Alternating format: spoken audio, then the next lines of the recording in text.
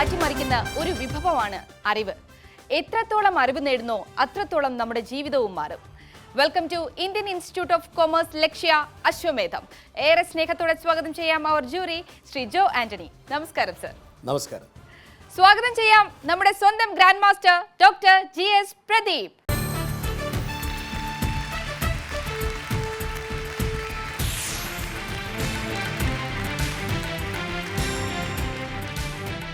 ഇന്നലകളിലെ നഷ്ടങ്ങളെ വിസ്മരിച്ച് ഇന്നുകളിലെ വിജയ വഴികളിലേക്ക് സഞ്ചരിക്കാൻ കഴിയുന്നതാണ് മനുഷ്യനെ വേറിട്ട് നിർത്തുന്ന പ്രധാന ഘടകം എന്ന് നമ്മൾ പറയാറുണ്ട്. എന്നാൽ ആ മനുഷ്യന് അതിനുള്ള ഉത്തേജകമോ ഉൽപ്രേരകമോ ആകുന്നത് അവൻ്റെ ചുറ്റും കാണുന്ന കാഴ്ച തന്നെ. കൊഴിഞ്ഞു വീഴുന്ന തൂവലുകളെക്കുറിച്ചോർത്ത് പരിതപിച്ചിരുന്നു എങ്കിൽ ഈ പ്രപഞ്ചത്തിൽ പിന്നൊരു പക്ഷിയും പറക്കില്ലായിരുന്നല്ലോ.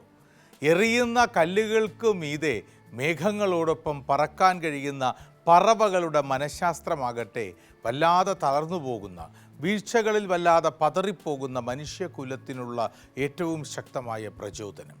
സ്വാഗതം ഇന്ത്യൻ ഇൻസ്റ്റിറ്റ്യൂട്ട് ഓഫ് കോമേഴ്സ് ലക്ഷ്യ അശ്വമേധം. അശ്വമേധത്തിൽ ഈ ദിവസം ഈ വേദിയിലേക്ക് അതിഥിയായെത്തുന്ന മത്സരാർത്ഥി പാലക്കാട് ജില്ലയിൽ നിന്നാണ്. നിരവധി സവിശേഷതകളുള്ള പ്രത്യേകതകളുള്ള ആ മത്സരാർത്ഥിയെ ഈ വേദിയിലേക്ക് സ്വാഗതം ചെയ്യുന്നു. കൂടുതൽ കാര്യങ്ങൾ നേരിട്ടറിയാം. Reshma, please walk in. Welcome to the show.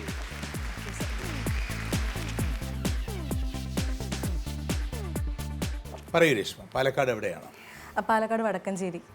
Vadakkanchery. വടക്കഞ്ചേരിയും ഉണ്ട്, വടക്കാഞ്ചേരിയും ഉണ്ട് തൃശ്ശൂരിൽ അല്ലേ? വടക്കഞ്ചേരി മനോഹരമായൊരു സ്ഥലമാണ്. അവിടെ ഒരു ഡയാന ഹോട്ടലൊക്കെ ഉണ്ട്. അതിനടുത്താണ് ഈ മഞ്ഞപ്ര എന്നൊക്കെ പറയുന്ന പ്രദേശങ്ങൾ അല്ലേ? നിറയെ പാടങ്ങളുണ്ട്. രേഷ്മ എന്താ പഠിച്ചത്? ഞാൻ MCom കംപ്ലീറ്റ് ചെയ്തിട്ടുണ്ട്. MCom കംപ്ലീറ്റ് ചെയ്തു. പഠിച്ചതൊക്കെ പാലക്കാട് തന്നെ? അല്ല, ഞാൻ ആക്ച്വലി ഗ്രാജുവേഷൻ ചെയ്ത് ഇവിടെ കായംകുളം MSM കോളേജിൽ നിന്നായിരുന്നു. അതിനുശേഷം പോസ്റ്റ് ഗ്രാജുവേഷൻ MCom ചെയ്തത് കാലിക്കറ്റ് യൂണിവേഴ്സിറ്റി ക്യാമ്പസിൽ നിന്നാണ്. അപ്പോൾ പാലക്കാടാണ് സ്ഥലം, കായംകുളത്ത് നിന്നാണ് ബിരുദം, കോഴിക്കോട് നിന്നാണ് ബിരുദാനന്തര ബിരുദം. അതെ. വീട്ടിലാരൊക്കെയുണ്ട്? വീട്ടിൽ മുത്തശ്ശനും മുത്തശ്ശിയും, പിന്നെ അമ്മ ഡൽഹിയിലാണ് വർക്ക് ചെയ്യുന്നത്. അമ്മ ഡൽഹിയിലാണ്. അപ്പോൾ എല്ലായിടത്തുമായ ഒരു കോസ്മോപോളിറ്റൻ ജീവിതമാണ്. അതെ. എന്ത് ചെയ്യുന്നു രേഷ്മ ഇപ്പോൾ? വർക്ക് ചെയ്യുന്നു? ഞാൻ ആക്ച്വലി ഒരു ബിസിനസ് റൺ ചെയ്യാണ്. Very good. എന്താണ്, എന്ത് ബിസിനസ്സാണ്? ആക്ച്വലി നമ്മൾ എഡ്യൂക്കേഷൻ റിലേറ്റഡ് ആയിട്ടാണ് ചെയ്യുന്നത്.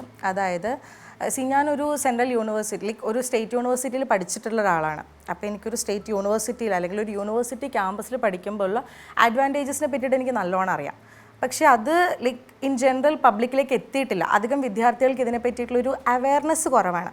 അപ്പോൾ അവരെ സപ്പോർട്ട് ചെയ്യാനും സെൻട്രൽ യൂണിവേഴ്സിറ്റികളിലേക്കും സ്റ്റേറ്റ് യൂണിവേഴ്സിറ്റികളിലേക്കും ഇവരെ എത്തിക്കാനായിട്ടുള്ള ഒരു സെൻറ്റർ, ഒരു ഗൈഡൻസ് സെൻറ്റർ, അതാണ് UET. അതായത് ഈ കൂടുതൽ കുട്ടികൾ സ്വകാര്യ വിദ്യാഭ്യാസ മേഖലയിൽ, പരസ്യാധിഷ്ഠിതമായ സ്വകാര്യ മേഖലകളിലേക്ക് പോകുമ്പോൾ പൊതു മേഖലയിലുള്ള സർവകലാശാലകളിലേക്ക് വിദ്യാർത്ഥികൾ പഠിക്കുന്നതിൻ്റെ ആവശ്യകതയെ ഓർമ്മിപ്പിക്കുകയാണ്.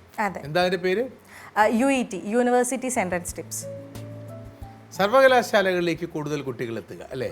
അത് കൊള്ളാം. JNUവിലൊക്കെ പഠിക്കണമെന്ന് ആഗ്രഹമുള്ള ഒരുപാട് പേരുണ്ട്. എങ്ങനെയാണ് അവിടെ എത്തിച്ചേരുക എന്നുള്ള മാർഗനിർദ്ദേശമാണ് പ്രധാനം. അതെ. നമ്മളിപ്പോൾ ഞാനിപ്പോൾ ഒരു മറ്റൊരു ഒരുപാട് സ്ഥാപനങ്ങളുണ്ടല്ലോ, ഈ പ്രൈവറ്റ് കോളേജുകളിൽ, മെഡിക്കൽ കോളേജ്, എബ്രോഡ് എഡ്യൂക്കേഷൻ എന്നൊക്കെ പറഞ്ഞ ഒരുപാട് അവസരങ്ങളിപ്പോൾ, അതിനുള്ള ക്യാമ്പുകൾ, ക്ലാസ് സ്ഥാപനങ്ങളൊക്കെ ഉണ്ട്. പക്ഷേ സർവകലാശാലകളിലേക്ക് പഠിക്കുവാൻ, യൂണിവേഴ്സിറ്റി ക്യാമ്പസുകളിലേക്ക്, സെൻറ്ററുകളിലേക്ക് പോകാൻ ആഗ്രഹമുള്ള വിദ്യാർത്ഥികൾ ഒരുപാട് പേരുണ്ട്. പക്ഷെ അതെങ്ങനെയാണ് സാധ്യമാവുക എന്ന് അവർക്ക് അറിയില്ല.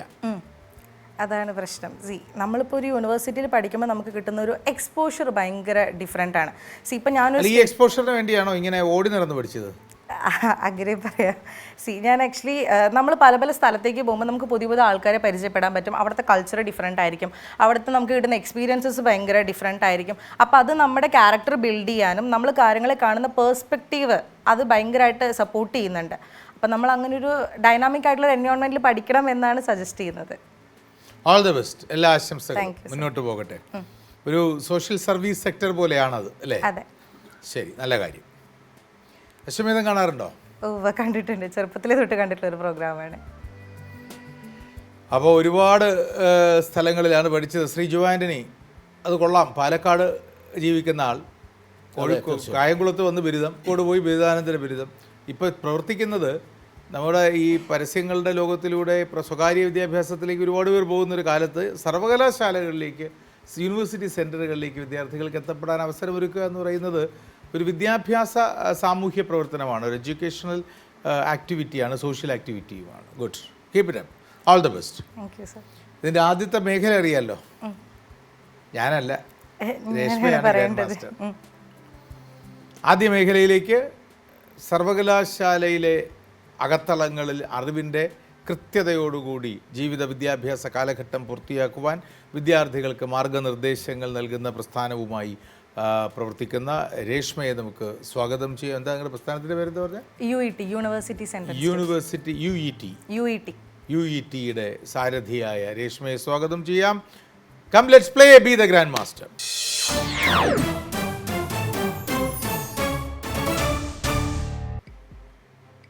ഒരു വാക്കാണ് എനിക്കറിയേണ്ടത്, കേരളീയമായ ഒരു വാക്ക്. ആ വാക്ക് കണ്ടെത്തുവാനുള്ള സൂചനകളിലേക്ക് കടക്കാം. ഒന്നാമത്തെ സൂചന,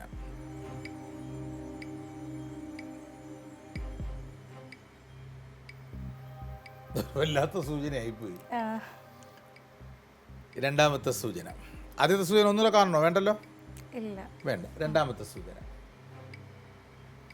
AD 17-ാം നൂറ്റാണ്ടിലാണ് ഇത് ആരംഭിച്ചത്, ഇത് തുടങ്ങിയത് AD 17-ാം നൂറ്റാണ്ടിലാണ് എന്നാണ് രേഖകൾ. ഒരു വാക്ക് ഇൻ ദി സെൻസ്, ഒരു വേർഡ്, ഒരു മലയാള വാക്ക് ആണ്. വളരെ സാംസ്കാരികമായ, വളരെ ആഹ്ലാദവും അഭിമാനവും നമുക്ക് പകരുന്ന ഒരു വാക്ക്. ആ വാക്ക് ആരംഭിച്ചത്, ആ വാക്ക് എന്താണോ അത് ആരംഭിച്ചത് 17-ാം നൂറ്റാണ്ടിലാണ്. മൂന്നാമത്തെ സൂചന, ആദ്യത്തെ സൂചന കണ്ടല്ലോ, ഒരു ആയുധം, ഒരു കഠാരയോ കത്തിയോ പോലെ ഒരു സാധനവും പിന്നെ ഒരു നിറവുമാണ്. മൂന്നാമത്തെ സൂചന, പല ചിട്ടകളിലുണ്ട് ഈ വാക്ക്. അതിൽ കപ്ലിങ്ങാടൻ ചിട്ടയും വെട്ടത്ത് നാടൻ ചിട്ടയും ഒക്കെ ശ്രദ്ധേയമാണ്. പാലക്കാടുകാരിയല്ലേ? നാലാമത്തെ സൂചന, ഈ വാക്കിനെ, ഈ വാക്കായ കലാരൂപത്തിനെ, കേരളീയമായ കലാരൂപത്തിനെ ടോട്ടൽ തിയേറ്റർ എന്നും വിശേഷിപ്പിക്കുന്നു. ഒന്നാമത്തെ സൂചന ഒന്നുകൂടി കാണാം നമുക്ക് വേണമെങ്കിൽ. ഞാൻ ചോദിച്ചു, ഒന്നുകൂടി കാണിച്ചു തരട്ടെ. ഒന്നാമത്തെ സൂചന എന്താ? ഇടതുവശത്ത് എന്താ? കത്തിയാണ്. വലതുവശത്തോ? പച്ച. അപ്പോൾ രണ്ടാമത്തെ സൂചന, കത്തിയും പച്ചയും ഒക്കെ കണ്ടു. രണ്ടാമത്തെ സൂചന 17-ാം നൂറ്റാണ്ടിൽ ആരംഭിച്ചതാണിത്. മൂന്നാമത്തെ സൂചന, കപ്ലിങ്ങാടൻ ചിട്ടയിലും വെട്ടത്ത് നാടൻ ചിട്ടയിലും ഒക്കെ ഉണ്ട്. പട്ടിക്കാന്തോടി, രാമുണ്ണിമേനോനുമൊക്കെ ഇതിൻ്റെ പ്രയോക്താക്കളായിരുന്നു. നാലാമത്തെ സൂചന, ടോട്ടൽ തിയേറ്റർ എന്നറിയപ്പെടുന്ന ഒരു കലാരൂപമാണിത്, കേരളീയമായ ഒന്ന്.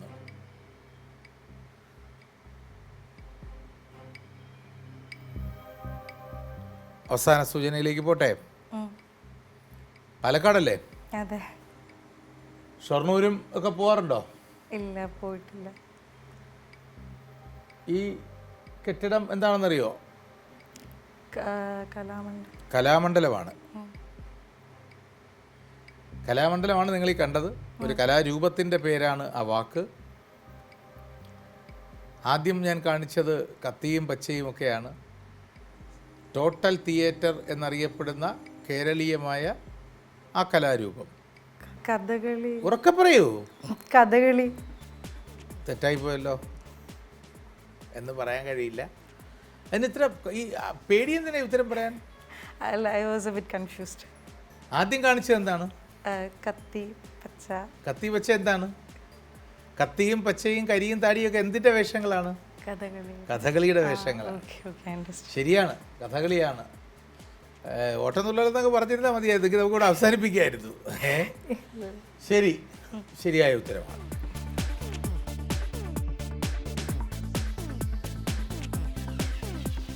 You are qualified to take part in Ashwamedham. Congratulations. Thank you. And Anisha, please. അപ്പോൾ കേരളത്തിൻ്റെ ഏറ്റവും പ്രധാനപ്പെട്ട, ഏറ്റവും ഇഷ്ടവും ഇമ്പവുമുള്ള വാക്കുകളിൽ ഒന്നാണ് കഥകളി, അല്ലേ? പല ചിട്ടകളിൽ പല വഴക്കങ്ങളിലുള്ള കഥകളി. പ്രതിഭാശാലികളായ എത്രയോ മനുഷ്യർ അവരുടെ ജീവിതം നിറച്ചു വെച്ച ഒരു കലാരൂപമാണ്. അതിനെല്ലാം ഉപരി കഥകളി നൽകുന്ന ഒരു വലിയൊരു പാഠമുണ്ട്. അതിൻ്റെ സാംസ്കാരികവും കലാപരവുമായ പാഠം ഒക്കെ ഉണ്ടെങ്കിൽ പോലും genius is 1% inspiration and 99% perspiration നമ്മൾ പറയാറുണ്ടല്ലോ. നോക്കൂ, ഒരു കഥകളി നടൻ അല്ലെങ്കിൽ കഥകളിയുടെ വേഷം അവതരിപ്പിക്കുന്ന ഒരു കലാകാരൻ അതിൻ്റെ ചമയത്തിന് വേണ്ടി എടുക്കുന്ന സാഹസത്തെക്കുറിച്ച്, കണ്ണ് ചുവപ്പിക്കുവാൻ വേണ്ടി കണ്ണിൽ ഉപയോഗിക്കുന്ന നിറക്കൂട്ടുകളൊക്കെ ചേർത്ത് വെച്ചുകൊണ്ട് ഈ മുഖപ്പും തലയെടുപ്പും ഒക്കെ എത്ര നേരമാണ് ഒരു കലാകാരൻ മെനക്കെടുന്നത് അല്ലേ? നമുക്കെന്നെല്ലാം ഇൻസ്റ്റൻ്റാണ് ആവശ്യം. നമുക്കെല്ലാം ഇൻസ്റ്റൻ്റ്, അപ്പോൾ കിട്ടണം കാര്യങ്ങൾ. അവിടെയാണ് കഥകളി എന്ന കലാരൂപത്തിൻ്റെ ഏറ്റവും വലിയ പാഠം നമ്മുടെ കാലഘട്ടത്തിനോട് നൽകുന്നത്. ആരംഭിക്കാം. Approved sir? അപ്രൂവ്ഡ്.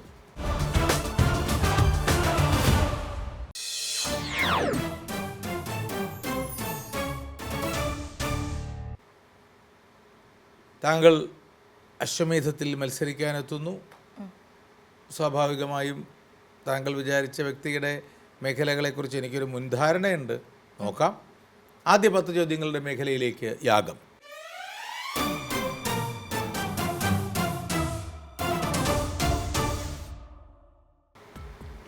താങ്കൾ വിചാരിച്ച വ്യക്തിയുടെ പ്രധാന പ്രശസ്തി വിദ്യാഭ്യാസ മേഖലയുമായി ബന്ധപ്പെട്ടല്ലേ? അല്ല. അല്ല. ഇന്ത്യൻ? അതെ. ആണ്. മലയാളി? അല്ല. അല്ല. പുരുഷൻ? അല്ല. രാഷ്ട്രീയം, കലാ, സാഹിത്യം? അല്ല. അല്ല. സ്പോർട്സ്, സയൻസ്, ഉദ്യോഗം? അല്ല. അല്ല. മതപരം, ആത്മീയം, സാമൂഹ്യ പ്രവർത്തനം? പാർട്ട്ലി സാമൂഹ്യ പ്രവർത്തനം, എ പാർട്ട് ഓഫ് ഇറ്റ്. അല്ല, ആ വ്യക്തിയുടെ പ്രശസ്തിക്ക് കാരണം സാമൂഹ്യ പ്രവർത്തനമാണോ? മേജർലി അല്ല, പക്ഷെ ചെയ്യുന്നു. അല്ല, മേജർലി മാത്രം പറഞ്ഞാൽ മതി. നമ്മളിവിടെ അശ്വമേധത്തിൽ താങ്കൾ ആ വ്യക്തിയെ വിചാരിക്കാനുള്ള കാരണമാണ് എനിക്കറിയേണ്ടത്. അത് സാമൂഹ്യ പ്രവർത്തനമാണോ? അല്ല. അല്ല. അപ്പോൾ സാമൂഹ്യ പ്രവർത്തനം ഉണ്ടെന്നാണ് പറഞ്ഞത്. South Indian? നോ. അല്ല. അല്ല. ജീവിച്ചിരിപ്പുണ്ട്? ഉണ്ട്. ജീവിച്ചിരിക്കുന്ന ആളാണ്.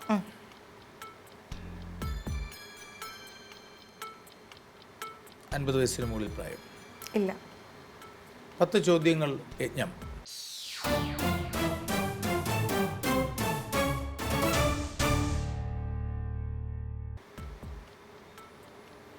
Business, profession? അല്ല.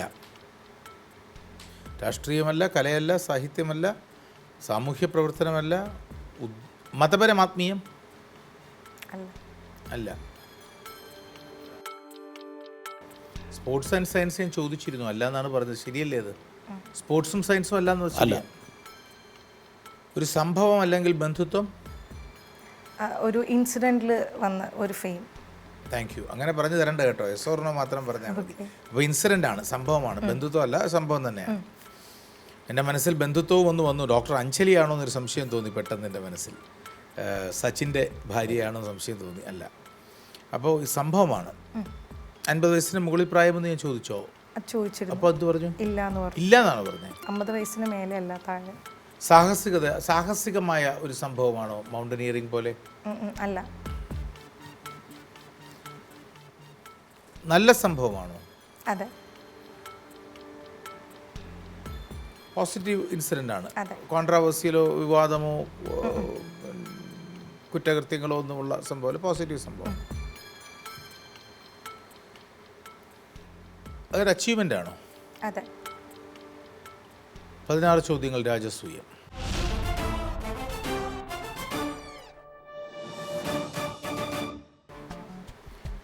ഞാൻ എൻ്റെ ഒന്നാമത്തെ ചോദ്യത്തിൽ ഞാൻ വിദ്യാഭ്യാസവുമായി ബന്ധപ്പെട്ടതാണോ എന്തെങ്കിലും എന്ന് ചോദിച്ചപ്പോൾ അല്ല എന്നാണ് താങ്കൾ പറഞ്ഞത് അല്ലേ? അപ്പോൾ കായിക രംഗത്തുള്ള അച്ചീവ്മെൻ്റ് ഒക്കെ ആണെങ്കിൽ അത് സ്പോർട്സിൽ വരുന്നതാണ്. അതല്ല, അങ്ങനെയൊന്നും അല്ല എന്നാണ് പറഞ്ഞത്. അല്ല.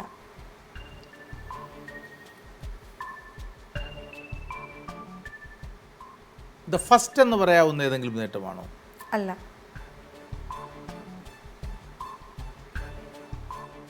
ഇൻ്റർനാഷണലായ ഒരു അന്തർദേശീയമായ ഒരു അച്ചീവ്മെൻ്റ് ആണോ അത്? അതെ.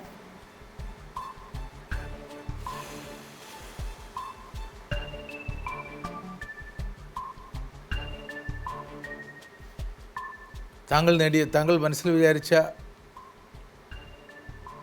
വ്യക്തി പക്ഷേ 50-ന് മുകളിൽ പ്രായമുണ്ടോ എന്ന് ചോദിച്ചപ്പോൾ ഇല്ല എന്നാണ് പറഞ്ഞത്. ഇല്ല. അത് ശരിയാണോ? അതെ, പിന്നെ ശരി. 40-ന് മുകളിൽ പ്രായം ഉണ്ടല്ലോ? ഇല്ല. ഇല്ല. ഇല്ല. താങ്കൾ മനസ്സിൽ വിചാരിച്ച വ്യക്തി നേടിയ അച്ചീവ്മെൻ്റ് ആദ്യമായി നേടിയത് റീത്ത ഫാരിയയാണോ? ആണ്. ഞാൻ ഈ പ്രായത്തിൻ്റെ കാര്യത്തിലേ ആകെ ബുദ്ധിമുട്ടി പോയി. എൻ്റെ മനസ്സിൽ ഐശ്വര്യ റായിയും സുഷ്മിത സെന്നും ഒക്കെ വന്നപ്പോഴാണ് ഞാൻ ഈ പ്രായം ചോദിച്ചത്. അപ്പോൾ പ്രായം 50-ൽ താഴെയാണെന്ന് ഉറപ്പിച്ച് പറയുന്നു. അത് കഴിഞ്ഞ് എന്നാൽ ഇനി വെർജ് ഓഫ് 50 എന്നുള്ളത് കൊണ്ടാണോ പറഞ്ഞതെന്നുള്ളത് കൊണ്ടാണ് 40 ചോദിച്ചത്. അപ്പോഴും ഇല്ല എന്ന് പറയുന്നു. 21ാമത്തെ ചോദ്യം ചോദിക്കുന്നതിന് മുമ്പ് ഞാൻ വിചാരിച്ച കണ്ടെത്തിയ ആളാണെങ്കിൽ എനിക്കൊരു അഭിപ്രായ വ്യത്യാസമുണ്ട്, അതൊന്ന് ക്ലാരിഫൈ ചെയ്തോട്ടെ. താങ്കൾ വിചാരിച്ച വ്യക്തിയുടെ മേഖലയെക്കുറിച്ച് ഞാൻ ചോദിച്ചപ്പോൾ ഒരു ഇൻസിഡൻറ്റ് സ്വാഭാവികമായും അതൊരു അച്ചീവ്മെൻറ്റ്, അത് തന്നെയാണ് പ്രശസ്തിക്ക് കാരണം. എങ്കിലും മേഖലയിൽ പ്രൊഫഷൻ എന്നതും കല എന്നതും ഉൾപ്പെടുത്തിക്കൂടെ?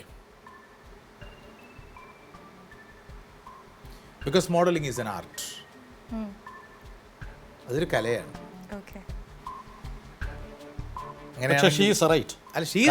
ഇവിടെ ആലോചിച്ചത് ആ ഒരു പ്രശസ്തിയുടെ ഈ എന്തുകൊണ്ട് ഈ പേര്, യെസ്, അത് തന്നെയാണ് പ്രോബ്ലം. അല്ല, ഞാൻ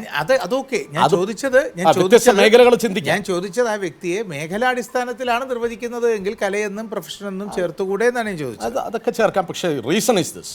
അല്ല സർ, ഞാൻ അതിന് ഒബ്ജക്റ്റ് ചെയ്തതല്ല. ഞാൻ ചോദിച്ചത് അതവിടെ നിൽക്കട്ടെ. അതുകൊണ്ട് തന്നെ ഷീസ് റൈറ്റ്. ഞാൻ ചോദിച്ചത് അതവിടെ നിന്നോട്ടെ. പക്ഷേ അത് മാറ്റി നിർത്തി ഒരു മേഖലയിൽ നിർവചിച്ചാൽ കലയെന്നും പ്രൊഫഷനെന്നും പറഞ്ഞൂടെ എന്നാണ് എൻ്റെ ചോദ്യം. പറയാം. സ്വാഭാവികമായും പ്രേക്ഷകർക്ക് ഇപ്പോൾ ഉത്തരം കിട്ടിക്കാണും. ഞാൻ പ്രഖ്യാപിക്കുന്നതിന് മുമ്പ് തന്നെ 16 ചോദ്യങ്ങൾ കഴിഞ്ഞപ്പോൾ പ്രേക്ഷകരുടെ മനസ്സിലേക്ക് ആ ഉത്തരം എത്തിക്കാണും. റീത്ത ഫാരിയയാണോ ആ നേട്ടം കൈവരിച്ച ആദ്യത്തെ ഭാരതീയ എന്ന് ചോദിച്ചപ്പോൾ തന്നെ പ്രേക്ഷകർക്ക് ഉത്തരം കിട്ടിക്കാണും. എങ്കിലും പ്രേക്ഷകർ എത്തിച്ചേരുന്നത് പോലെ എൻ്റെ മനസ്സും ആദ്യം സൺ സിറ്റിയിലേക്കും മാനിലയിലേക്കും ഒക്കെ തന്നെയാണ് എൻ്റെ മനസ്സും ആദ്യം പോയത്. മനസ്സിൽ സുഷ്മിത സെന്നും ഐശ്വര്യ റായിയും ലാറാ ദത്തയും പ്രിയങ്ക ചോപ്രയും ഒക്കെ കടന്നു വന്നത് അങ്ങനെയാണ്. പ്രായനിർണയത്തിന് വേണ്ടി 50 ചോദിച്ച് 50-ന് താഴെയാണ് എന്ന് പറഞ്ഞപ്പോൾ ആദ്യത്തേതായ 2-3 പേർ ഒഴിവാക്കപ്പെട്ടു. 40-നും താഴെയാണ് എന്ന് പറഞ്ഞപ്പോൾ മറ്റു പലരും അത് കൂട്ടത്തിൽ നിന്ന് ഒഴിവാക്കപ്പെടുകയും ഒടുവിൽ ആ ഉത്തരത്തിലേക്ക്, ദ മോസ്റ്റ് റീസെൻ്റായ ഉത്തരത്തിലേക്ക് നമ്മൾ എത്തിച്ചേരുകയും ചെയ്യുന്നു. മനുഷ്യ ചില്ലറാണ് മനസ്സിലല്ലേ? അതുകൊള്ളാം. മോഡലിങ്ങിനോടൊക്കെ ഇഷ്ടമുണ്ടായിട്ടല്ല, ലൈക്ക് ഐ അഡ്മയർ ഹർ. അതുകൊണ്ടാണ്. You admire her because of the title she won or because of the activities she is doing right now? Activities she is like carrying on. So പക്ഷേ അത്തരം ആക്ടിവിറ്റികൾ നടത്തുവാനും അത് ജനങ്ങളിൽ എത്തിക്കുവാനും അവരെ പ്രാപ്തയാക്കിയത് സ്വാഭാവികമായും ആ ഒരു അച്ചീവ്മെൻറ്റിൻ്റെ പിൻബലം തന്നെയാണ്.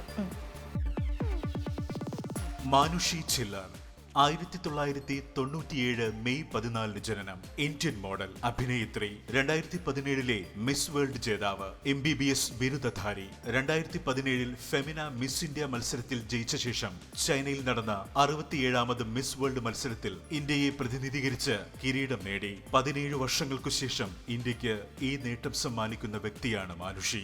ബ്യൂട്ടി വിത്ത് എ പർപ്പസ് പദ്ധതിയിൽ ആർത്തവ ശുചിത്വത്തെക്കുറിച്ചുള്ള പ്രോജക്ട് ശക്തി എന്ന മിഷന്റെ പ്രചാരണത്തിന് നേതൃത്വം നൽകി. സാമൂഹിക പ്രവർത്തനങ്ങളിൽ സജീവമായ മാനുഷി വനിതാ ശാക്തീകരണത്തിനും ആരോഗ്യ അവബോധത്തിനും വേണ്ടി പ്രവർത്തിക്കുന്നു. 2021 സാമ്രാട്ട് പൃഥ്വിരാജ് എന്ന ബോളിവുഡ് ചിത്രത്തിലൂടെ അഭിനയ രംഗത്ത് അരങ്ങേറ്റം കുറിച്ചു. ഗുഡ്. അനീഷ പ്ലീസ്.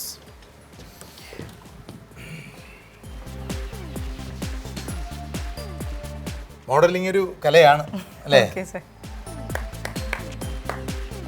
മോഡലിങ്ങിനെ കുറിച്ച് അത്ര കൂടുതൽ ആഴത്തിൽ പറയുവാൻ പരിചയമോ അതിനെക്കുറിച്ചുള്ള ജ്ഞാനമോ എനിക്കില്ല എന്നുള്ളതാണ് സത്യം. എന്നാൽ മോഡലിംഗ് മാറ്റി നിർത്തി മോഡൽ എന്ന് മാത്രമാണ് പറയുക എങ്കിൽ തീർച്ചയായും അതാവാൻ കഴിയുന്നതാണ് ഭാഗ്യം. ലോകത്തിൽ മറ്റുള്ളവരുടെ മോഡലാകാൻ കഴിഞ്ഞ മനുഷ്യരുടെ പട്ടികയെടുത്താൽ അതിൽ 1-ാം സ്ഥാനത്ത് ഒരു പേരേ ഉള്ളൂ. കാരണം ആ മനുഷ്യന് മാത്രം പറയാൻ കഴിഞ്ഞ വാചകമാണല്ലോ എൻ്റെ ജീവിതമാണ് എൻ്റെ സന്ദേശമെന്ന്. സ്വന്തം ജീവിതമാണ് സന്ദേശം എന്ന് പറയാൻ കഴിയുന്നതിനേക്കാൾ വലിയ മാതൃക ഈ ലോകത്ത് മറ്റാർക്ക് സൃഷ്ടിക്കാൻ കഴിയും? ഗാന്ധിജിയെ ഓർക്കുന്നു. ശുഭരാത്രി.